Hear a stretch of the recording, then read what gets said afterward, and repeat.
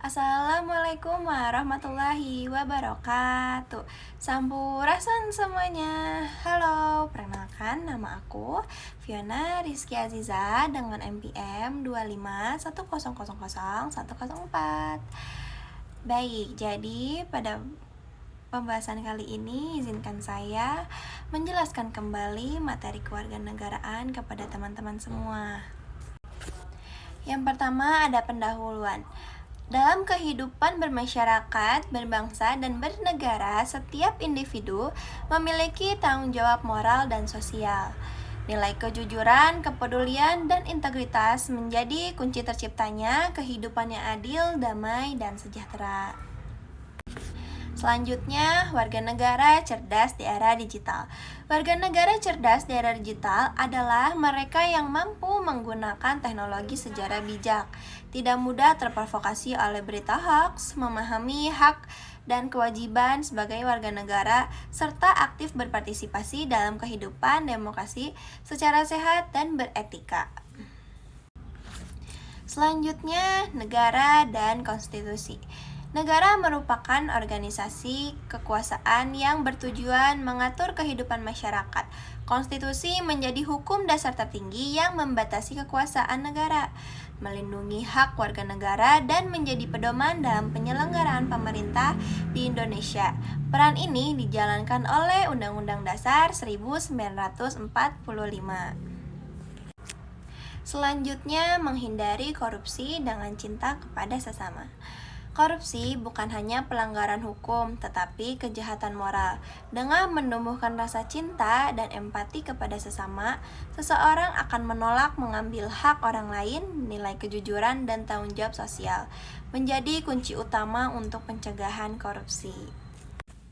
Nah, teman-teman, ketika kita berbicara tentang korupsi, seringkali yang langsung terlintas di pikiran kita adalah pelanggaran hukum, penyalahgunaan jabatan, atau kejahatan keuangan.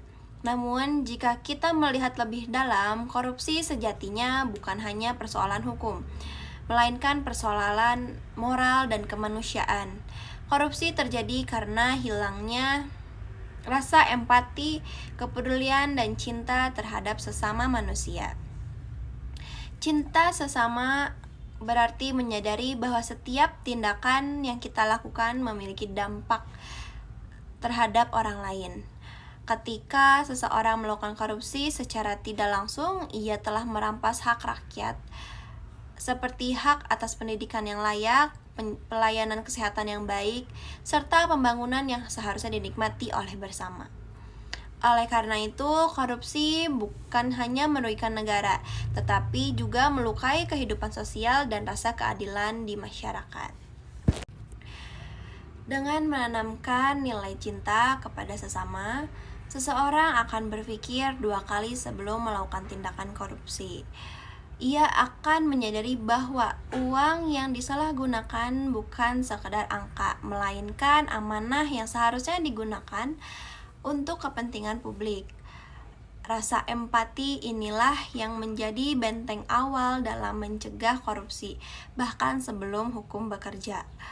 Pencegahan korupsi juga harus dimulai dari lingkungan terdekat, seperti keluarga, kampus, di masyarakat. Sikap jujur dalam hal kecil seperti tidak menyontek kepada teman, tidak memanipulasi data, dan tidak menyalahgunakan fasilitas umum merupakan bentuk nyata dari nilai anti korupsi. Dari kebiasaan kecil inilah terbentuk karakter yang berintegritas. Sebagai mahasiswa dan generasi muda, kita memiliki peran penting dalam membangun budaya anti korupsi.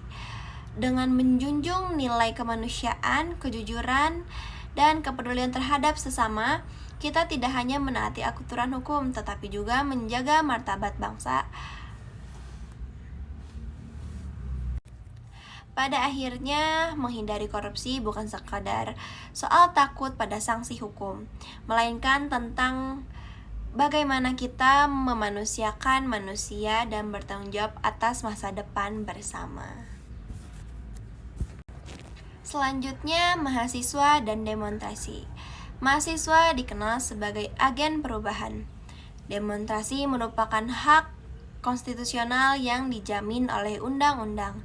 Namun pelaksanaannya harus dilakukan secara damai, beretika, dan tidak melanggar hukum agar tujuan penyampaian aspirasi dapat tercapai.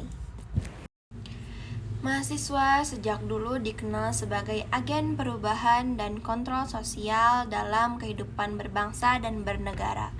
Peran ini muncul karena mahasiswa tidak memiliki posisi strategis, yaitu sebagai kelompok intelektual yang diharapkan mampu berpikir kritis terhadap kebijakan negara. Salah satu bentuk nyata dari peran tersebut adalah demonstrasi. Cara menyikapi demonstrasi secara bijak adalah dengan memastikan bahwa aksi dilakukan secara damai, tertib, dan sesuai dengan ketentuan hukum. Mahasiswa perlu menjaga etika dalam penyampaian aspirasi, tidak melakukan perusakan fasilitas umum, serta tidak mudah terprovokasi oleh pihak-pihak yang ingin memperkeruh suasana. Selain itu, dialog yang diskusi dengan pemangku kebijakan juga harus tetap diupayakan sebagai bagian dari solusi demokratis. Dengan demikian, demonstrasi bukanlah tindakan yang bertentangan dengan hukum, melainkan bagian dari proses demokrasi apabila dilakukan secara bertanggung jawab. Mahasiswa diharapkan mampu menjadikan demonstrasi sebagai sarana edukasi publik dan perjuangan intelektual, bukan sebagai ajang kekerasan, melalui sikap kritis, etis, dan berlandaskan hukum. Mahasiswa dapat berkontribusi nyata dalam menjaga demokrasi dan keadilan sosial. Selanjutnya, kerusuhan dan keterlibatan oknum aparat. Dalam beberapa peristiwa kerusuhan sosial, tidak jarang ditemukan adanya keterlibatan oknum aparat keamanan yang menyalahgunakan wewenangnya. Hal ini dapat memperkeruh situasi dan menurunkan kepercayaan masyarakat terhadap institusi negara. Penting untuk ditegaskan bahwa tindakan oknum tidak mencerminkan keseluruhan institusi, sehingga penegakan hukum harus dilakukan secara objektif dan transparan. Selanjutnya, proyek kereta cepat Wush dan Prostut. Sebagaimana Pak Sobelo sampaikan, saya akan menjelaskan kembali. Proyek kereta cepat Wush merupakan proyek strategis nasional yang menuai berbagai tanggapan di ruang publik. Dalam era post-truth, opini dan emosi seringkali lebih dipercaya daripada fakta dan data. Hal ini menyebabkan perdebatan publik yang tidak selalu rasional. Oleh karena itu, masyarakat dituntut untuk meningkatkan literasi informasi agar dapat menilai kebijakan secara objektif. Baik, jadi kesimpulannya sebagai penutup dapat disimpulkan bahwa tantangan demokrasi di era digital membutuhkan warga negara yang cerdas, kritis, dan beretika. Negara dan konstitusi harus dijaga melalui partisipasi aktif masyarakat, khususnya mahasiswa, dengan bersikap bertanggung jawab, demokrasi, dan berjalan secara sehat dan berkeadilan. Berdasarkan pemaparan materi, dapat disimpulkan bahwa era digital telah membawa perubahan besar dalam kehidupan berbangsa dan bernegara. Perkembangan teknologi informasi memberikan ruang partisipasi yang luas bagi warga negara, namun sekaligus menghadirkan tantangan serius terhadap kualitas demokrasi, seperti maraknya disinformasi, polarisasi opini publik, dan melemahnya etika dalam menyampaikan berpendapat. Warga negara cerdas menjadi kunci utama dalam menjaga keberlangsungan demokrasi di era digital ini. Kecerdasan tersebut tidak hanya diukur dari kemampuan mengakses informasi, tetapi juga dari sikap kritis, kesadaran hukum, dan tanggung jawab moral dalam menggunakan ruang digital. Tanpa kecerdasan ini, kebebasan berpendapat justru berpotensi merusak tatanan sosial dan konstitusional. Negara dan konstitusi memiliki peran sentral sebagai penopang demokrasi.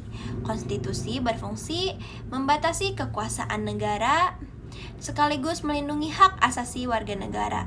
Oleh karena itu, seluruh dinamika sosial dan politik termasuk demonstrasi mahasiswa, kebijakan pembangunan, serta penanganan konflik sosial harus selalu berpijak dan pada prinsip konstitusional dan supremasi hukum. Pencegahan korupsi tidak dapat hanya mengandalkan penegakan hukum semata, tetapi harus disertai dengan pembentukan karakter dan nilai moral. Sikap cinta kepada sesama menumbuhkan empati dan kesadaran untuk tidak merugikan kepentingan publik sehingga menjadi fondasi penting dalam membangun budaya anti korupsi yang berkelanjutan. Fenomena post-truth dalam isu-isu strategis nasional seperti proyek kereta cepat WUS menunjukkan pentingnya literasi informasi dan rasionalitas publik. Masyarakat dituntut untuk menilai kebijakan negara berdasarkan data dan fakta, bukan semata-mata emosi atau opini yang berkembang di media sosial. Akhirnya, konsep kepahlawanan di era modern mengalami pergeseran makna.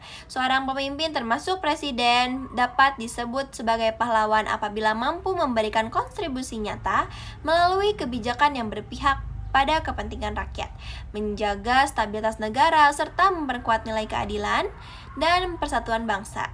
Dengan demikian, peran mahasiswa sebagai generasi intelektual sangat penting dalam mengawal demokrasi, menegakkan nilai konstitusi, dan menciptakan kehidupan bernegara yang adil, kritis, dan beradab. Sekian materi yang telah saya paparkan. Terima kasih untuk semuanya yang sudah mendengarkan. Saya Fiona Rizky Aziza, pamit undur diri. Wassalamualaikum warahmatullahi wabarakatuh.